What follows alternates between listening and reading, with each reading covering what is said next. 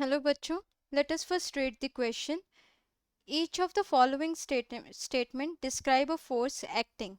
Which force is causing work to be done? तो इस question में हमसे पूछा जा रहा है कि हमें कुछ एग्जाम्पल स्टेटमेंट्स दी गई हैं और सब पे कुछ ना कुछ फोर्स लग रही है। इनमें से हमें बताना है किस फोर्स की वजह से वर्क डन होगा। तो सबसे पहले की कॉन्सेप्ट में हम पढ़ेंगे कि हम कब बोलते हैं कि वर्क डन हुआ है। A work is set to be done when force applied results into the displacement of the body in the direction of application of force. हम तब बोलते हैं कि वर्क डन हुआ है जब फोर्स के अप्लाई होने से एक बॉडी में डिस्प्लेसमेंट आ जाती है in the direction of force, तब हम बोलते हैं कि वर्क डन हुआ है।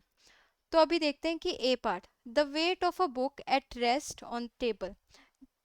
जब एक बुक टेबल पे पड़ी है तो उसमें वो फोर्स तो लगा रहा है, मतलब फोर्स तो है, पर क्या डिस्प्लेसमेंट है? नहीं, क्योंकि वो खड़ी हुई है। तो इसीलिए इसका वर्क डन क्या हो जाएगा? जीरो। तो इसमें कोई भी वर्क डन नहीं हो रहा। The pull of a moving railway engine on its coach, इसका मतलब है रेलवे इंजन जो है वो सारे कोचेस जो उसके पीछे लगे होते हैं, कोचेस, उनको खींच रहा है। अगर वो खींच रहा है तो वो आगे चल भी रहे हैं। तो यहाँ पे तो वर्क डन हो रहा है क्योंकि फोर्स है, पुलिंग की फोर्स है, और उसकी वजह से कोचेस चल भी रहे हैं, डिस्प्लेसमेंट भी है। तो यहाँ पे वर्क डन होगा। अब देखते हैं, the tension in an elastic band wrapped around a parcel. जब एक पार्सल के अराउंड इलास्टिक बैंड रैप होगा तो वो चल तो रहा नहीं होगा, फोर्स तो वो लगा रहा है, लेकिन क्या डिस्प्लेसमेंट है? अगेन नहीं है।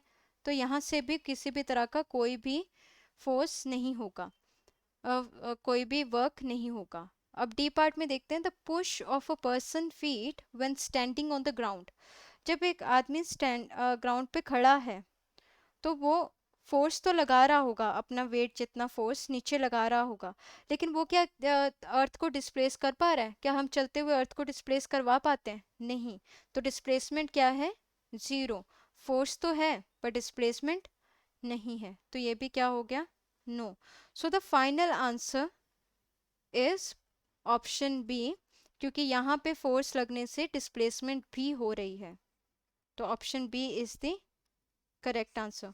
Hope you understood it well. Thank you.